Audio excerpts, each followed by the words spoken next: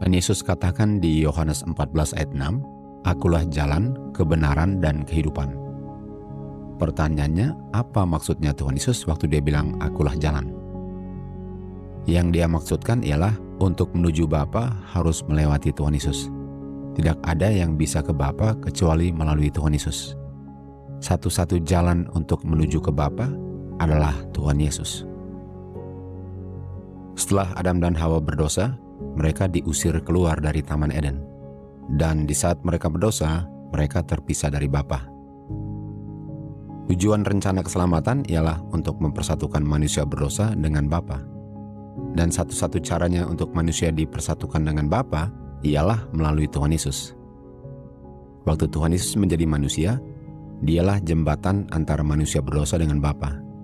Dan oleh sebab itu, Tuhan Yesus katakan, "Akulah jalan antara manusia berdosa dengan Bapa." Karena dosa telah memisahkan manusia dari Bapa, dan Tuhan Yesus datang ke bumi ini untuk mempersatukan manusia berdosa dengan Bapa. Kita tahu bahwa upah dosa adalah kematian kekal. Artinya untuk dipersatukan kembali dengan Bapa ialah untuk memperoleh kehidupan kekal. Dan kehidupan kekal ini hanya bisa diperoleh melalui Tuhan Yesus. Itulah sebabnya Tuhan Yesus katakan di Yohanes 14 ayat 6, "Akulah kehidupan." Dan kehidupan ini adalah kehidupan kekal, lawannya daripada kematian kekal. Itulah sebabnya mengapa Solomon mengatakan mengenai Tuhan Yesus. Dia katakan, "Semua mereka yang membenci aku mencintai kematian." Karena Tuhan Yesus adalah kehidupan, sehingga untuk membenci Tuhan Yesus ialah untuk membenci kehidupan kekal. Dengan kata lain, untuk membenci Tuhan Yesus ialah untuk mencintai kematian. Jadi kita bisa mengerti mengapa Tuhan Yesus katakan di Yohanes 15 ayat 23, "Dia yang membenci aku, dia membenci Bapa-Ku juga." Karena Tuhan Yesus adalah satu-satunya jalan untuk menuju ke Bapa. Sehingga untuk membenci anaknya ialah untuk membenci Bapa. Artinya untuk membenci anak ialah untuk membenci kehidupan kekal. Dan untuk membenci kehidupan kekal ialah untuk membenci Bapa. Karena Bapa adalah sumber daripada kehidupan kekal. Dan kehidupan kekal ini berada di dalam anaknya. Mari kita lihat kenapa Tuhan Yesus katakan bahwa Dia adalah kehidupan atau kehidupan kekal itu.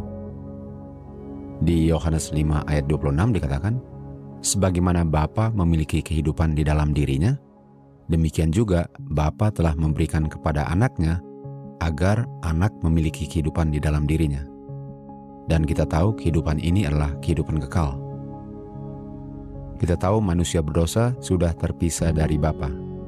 Dan kehidupan probation kedua diberikan kepada Adam dan Hawa dan keturunannya agar manusia diberikan kesempatan lagi untuk memperoleh kehidupan kekal.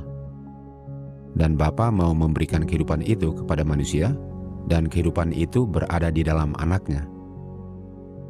Di 1 Yohanes 5 ayat 11 dikatakan, "Bapa telah memberikan kepada kita kehidupan kekal, dan kehidupan kekal ini berada di dalam anaknya. Sehingga dia yang memiliki anak memiliki kehidupan kekal, dan dia yang tidak memiliki anak tidak memiliki kehidupan kekal ini." Itulah sebabnya Tuhan Yesus katakan, "Akulah kehidupan kekal."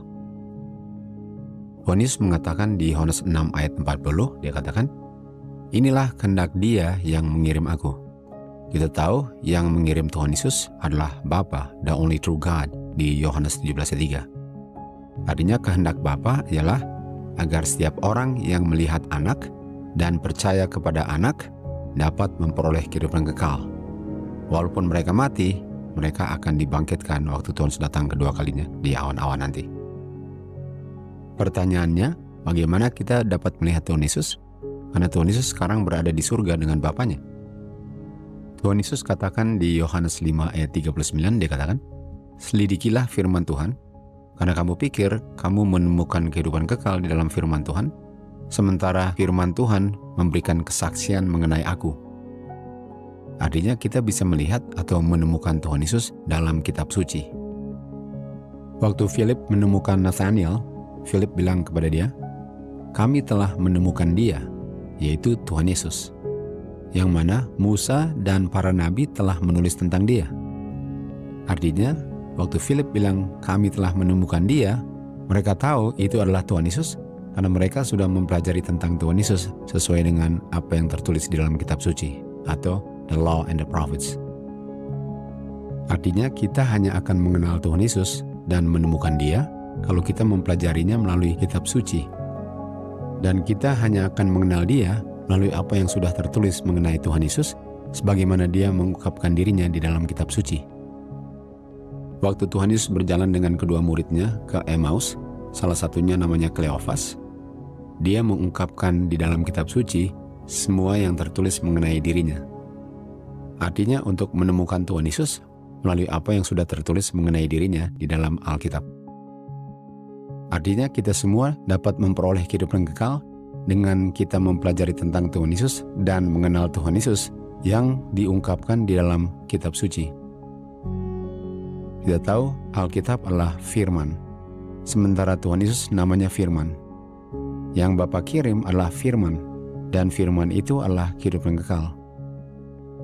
Itulah sebabnya penting sekali untuk mempelajari firman Tuhan, karena kita tahu kalau kita menemukan Tuhan Yesus dalam firman itu, kita telah menemukan kehidupan kekal. Tuhan Yesus mengatakan kepada orang-orang Yahudi, kalau kamu percaya Musa, kamu seharusnya percaya saya, karena Musa menulis tentang saya. Tetapi kalau kamu tidak percaya tulisan-tulisannya, bagaimana kamu mau percaya perkataan-perkataan saya?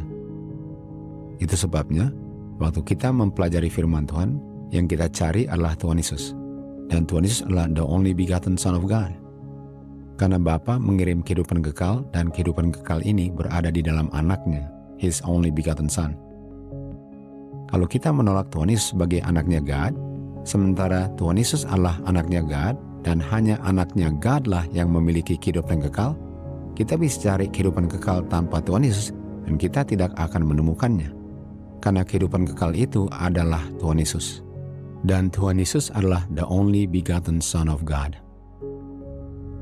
Waktu banyak daripada murid-murid Tuhan Yesus meninggalkan Tuhan Yesus di Yohanes 6, Tuhan Yesus menanyakan kepada 12 murid, apakah kamu akan pergi juga? Lalu Petrus menjawab, Tuhan, kemana kami mau pergi? Karena Engkaulah yang memiliki firman kehidupan kekal. Dan kami percaya dan pasti bahwa Engkau adalah Kristus, anaknya God yang hidup, the Son of the living God. Murid-murid Tuhan Yesus sangat mengerti dan pasti bahwa Tuhan Yesus adalah the Son of the living God. Tuhan Yesus adalah yang mereka sudah temukan berdasarkan apa yang mereka sudah belajar di dalam kitab suci. Di Matius 16, Tuhan Yesus menanyakan kepada murid-muridnya, menurut kamu saya siapa? Dan Petrus menjawab dan berkata, Engkau adalah Kristus, the Son of the living God. Jawabannya sama dengan jawaban Petrus di Yohanes 6. Murid-murid mengerti bahwa Kristus adalah the Son of the living God. Sebagaimana Philip mengerti bahwa Tuhan Yesus adalah the Son of the living God, sesuai dengan apa yang tertulis di kitab suci, Petrus pun percaya hal yang sama. Di Yohanes 20 ayat 31 dikatakan, firman Tuhan ditulis agar kamu percaya bahwa Tuhan Yesus adalah Kristus, the Son of God.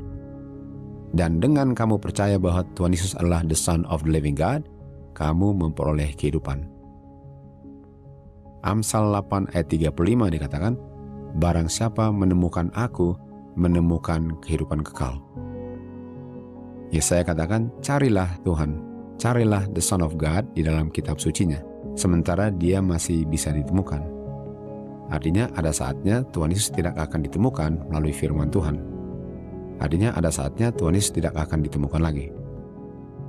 Di Amos 8 dikatakan, ada saatnya akan ada masa kelaparan. Bukan kelaparan roti atau air, tetapi kelaparan akan mendengar firman Tuhan. Kita tahu kitab suci itu mengungkapkan Tuhan Yesus. Tuhan Yesus adalah kehidupan kekal. Ada saatnya mereka akan mencari dari laut ke laut, dari sebelah utara ke timur, dan mereka tidak akan menemukan Tuhan Yesus. Karena mereka tidak mencari Dia, sementara Dia masih bisa ditemukan di dalam kitab sucinya. Carilah the Son of the living God. Carilah kehidupan kekal sebelum pintu kasihan tertutup. To God be the glory.